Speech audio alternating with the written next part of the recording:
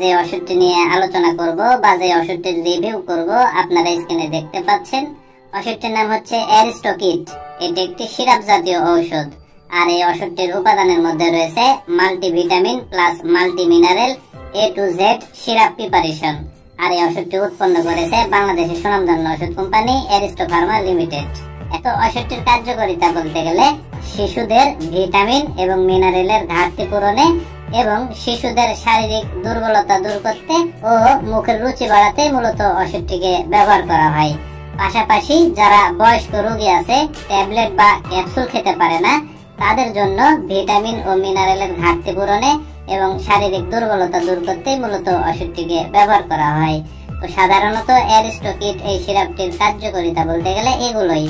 এখন আসুন যে অ্যারিস্টোকিট এই সিরাপটির আসলে সেবন বিধি কি সেটি নিয়ে আলোচনা করা যাক।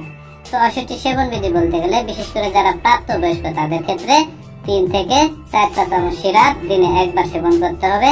যাদের বয়স 4 থেকে 12 বছরের ভিতরে তাদের ক্ষেত্রে 2 থেকে 3 চা চামচ সিরাপ দিনে একবার সেবন করতে হবে।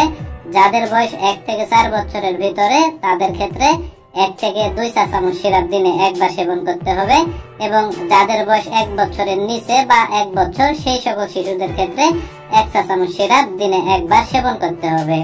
আর ওষুধটির পার্শ্ব প্রতিক্রিয়ার কথা যদি বলতে যাই তাহলে এই ওষুধটির নির্দিষ্ট মাত্রা